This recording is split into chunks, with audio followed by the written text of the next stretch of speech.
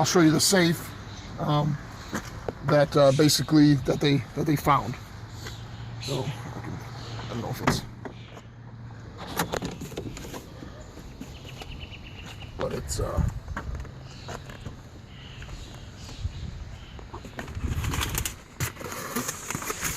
this is my safe here, and I just had it at the time. It was just set to factory default, which is 000, and also there's the manufacturer's number right on there. So perhaps they called the manufacturer and found out what the factory default was, or maybe they just guessed 000 because that's what the factory default is, and I left it on that. So just open the, you just put in the combination here.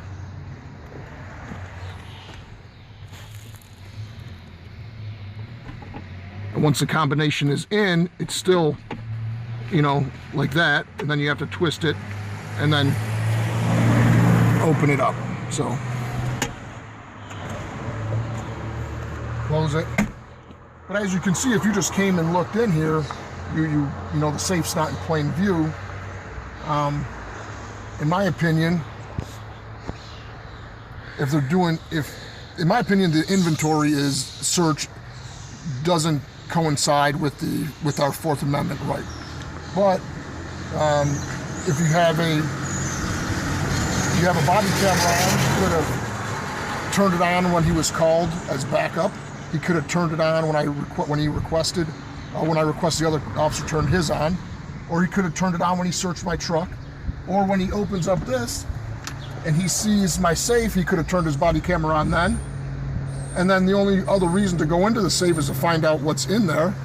And if he was worried about doing an inventory, he could have turned his body camera on then.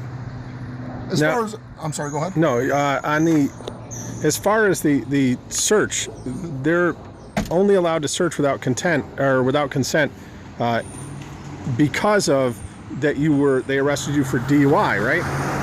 That's my understanding. Which you were acquitted of, so there was not a justification to arrest you for DUI, which means the search, at least as far as I can understand, should not have happened in the first place.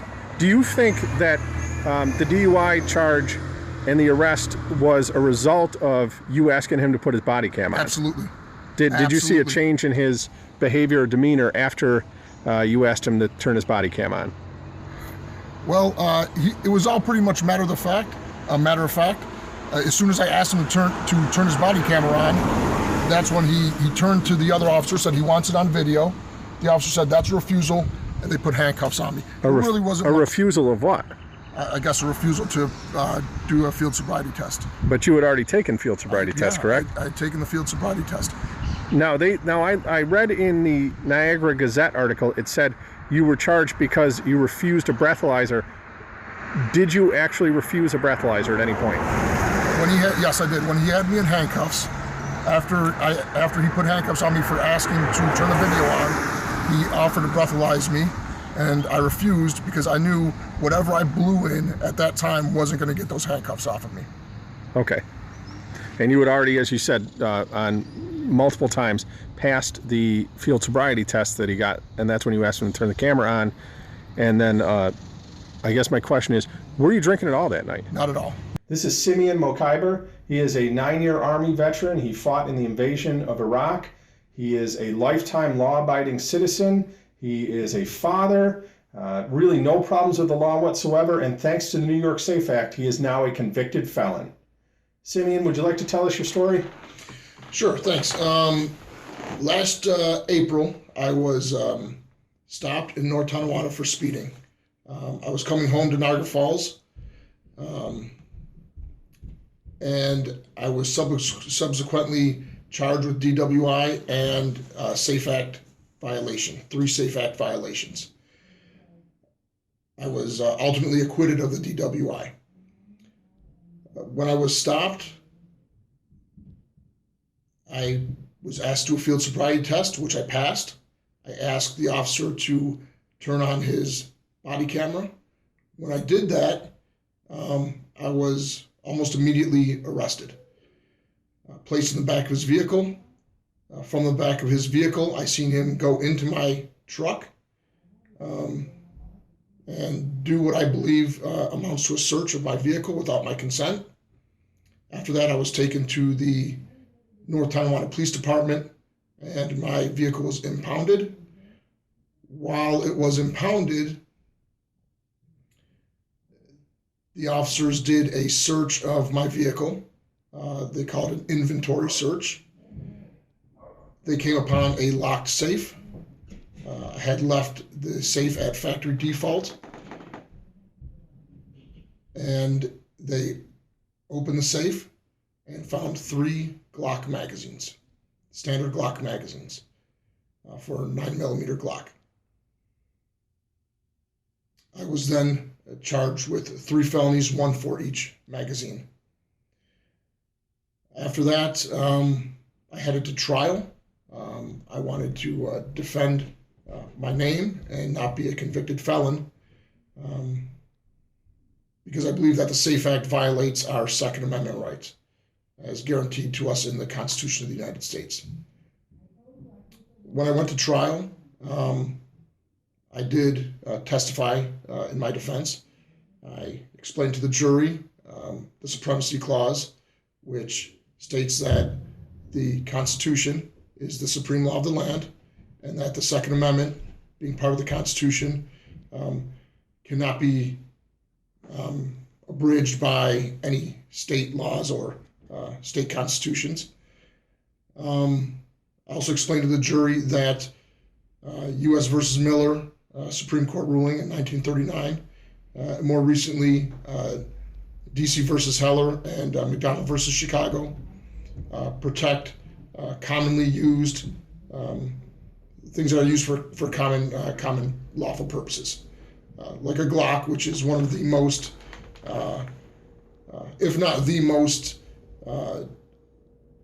common handgun, and then obviously Glock magazines would be to go along with those.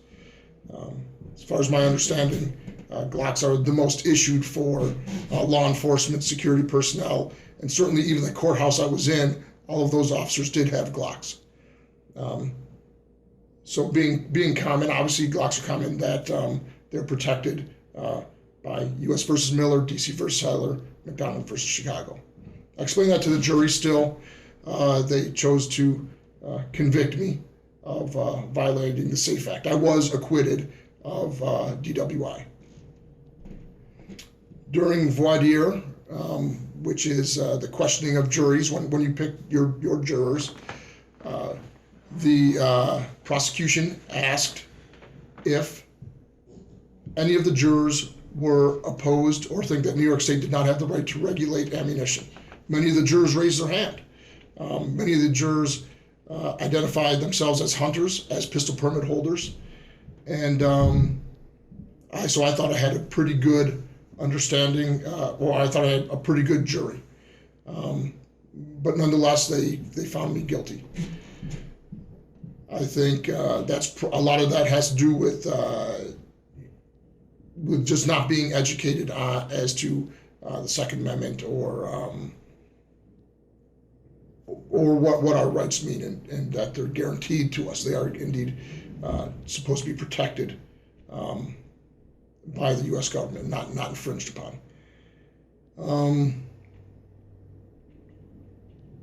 After I was, like I said, I was convicted. After which, now I'm facing sentencing June 13th of 2017.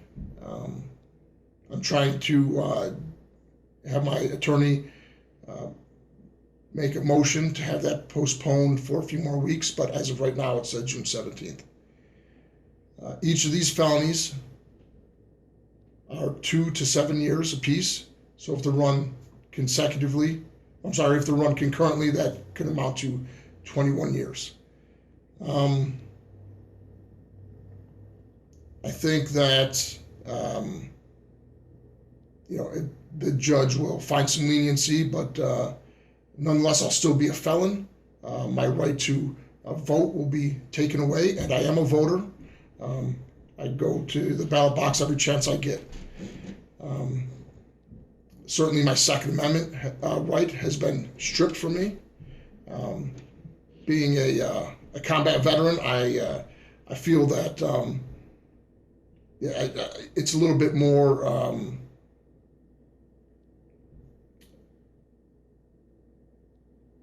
I just feel a little bit disappointed in my government that I can go be put in harm's way, but when I come home, I'm not given the rights that are guaranteed to me that I swore to uphold and protect, and did indeed make sacrifices to uphold the oath that I took to support and defend the Constitution of the United States.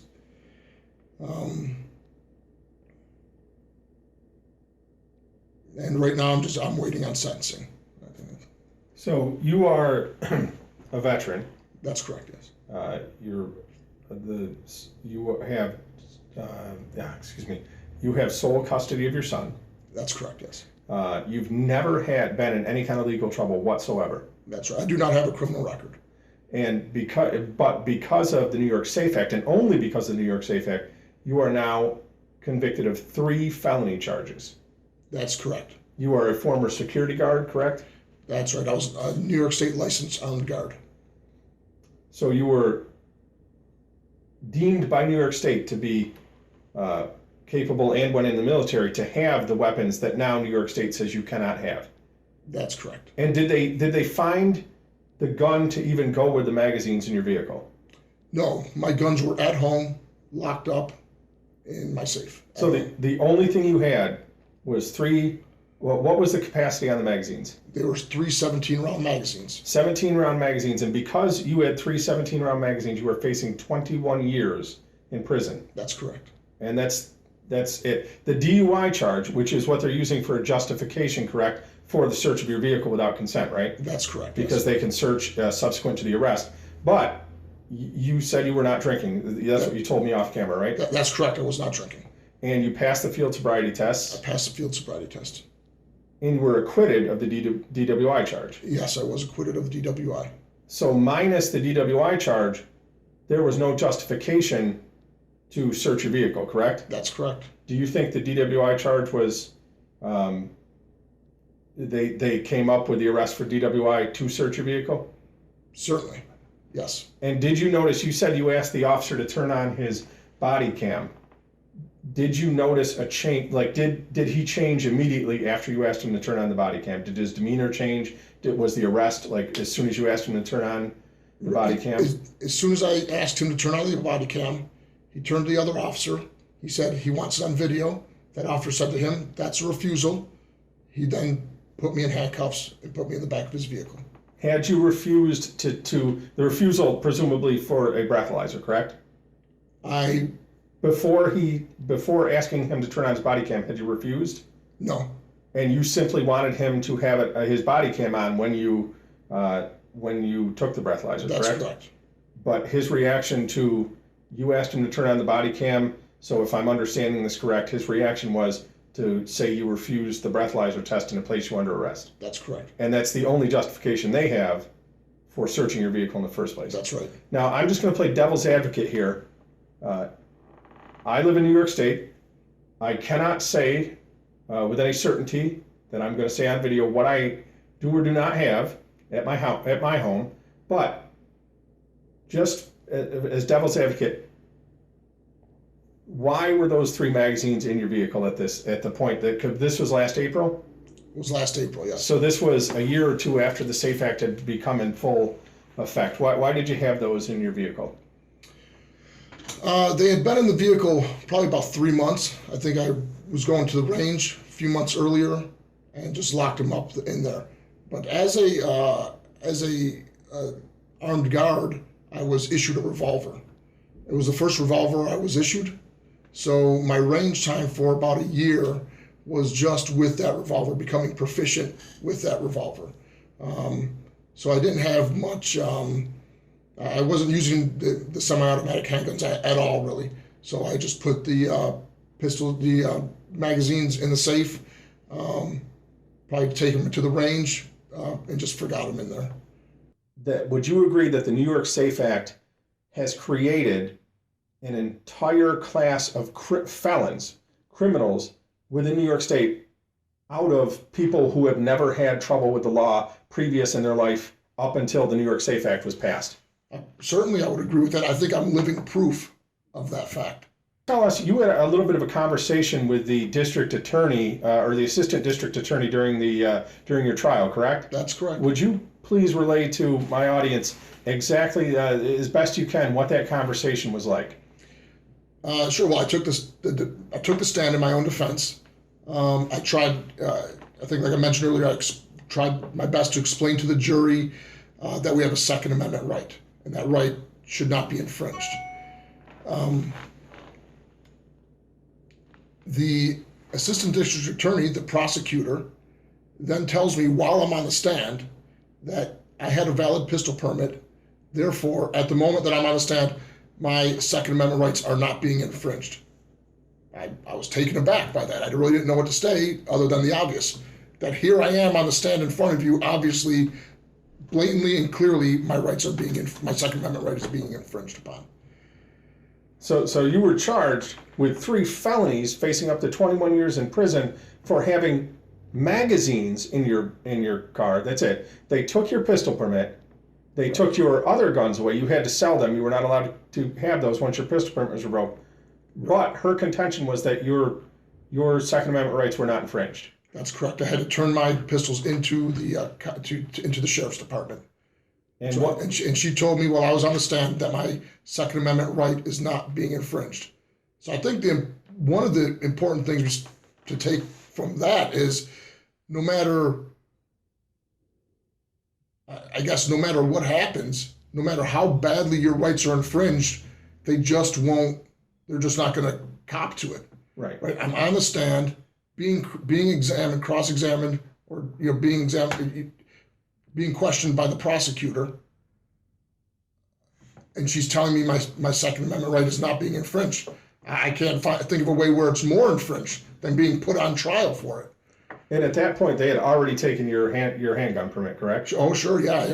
They'd already taken the pistol permit, and my firearms were already turned in. When the jury came back with a guilty verdict, I looked over at the prosecutor, and she was celebrating.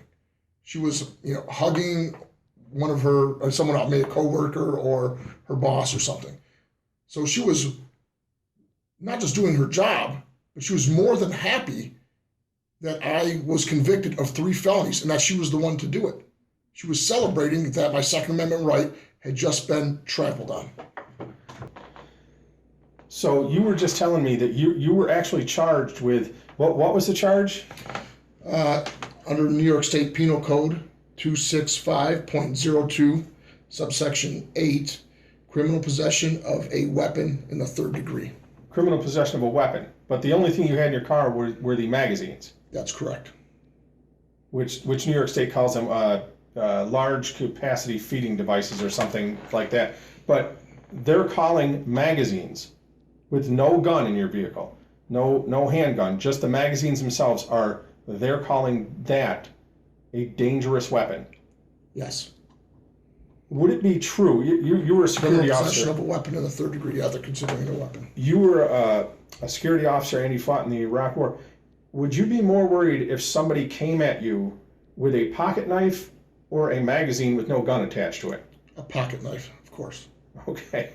Yeah, because that's, for those watching the video, you didn't see this, but we had to actually turn the cameras back on when he got the paperwork, and I heard that New York State that he was charged with possession of a dangerous weapon in the 3rd degree when all they had in the vehicle was magazines. They were loaded, correct? The magazines were loaded, yes. But you can't, unless you have special skills that you learned through some of your security or Army work, you do not have the capacity to spit or throw a firearm at the velocity to make it a deadly projectile, do you? I do not have that skill, though. So this is just for me, I don't want to put words in your mouth, but if this video is seen by legislators, people who may have voted on the New York SAFE Act, do you think when they were sitting in those chambers and they cast that vote for the SAFE Act, that it was in their idea? Do you think that they were sitting around and going, oh, I hope that we take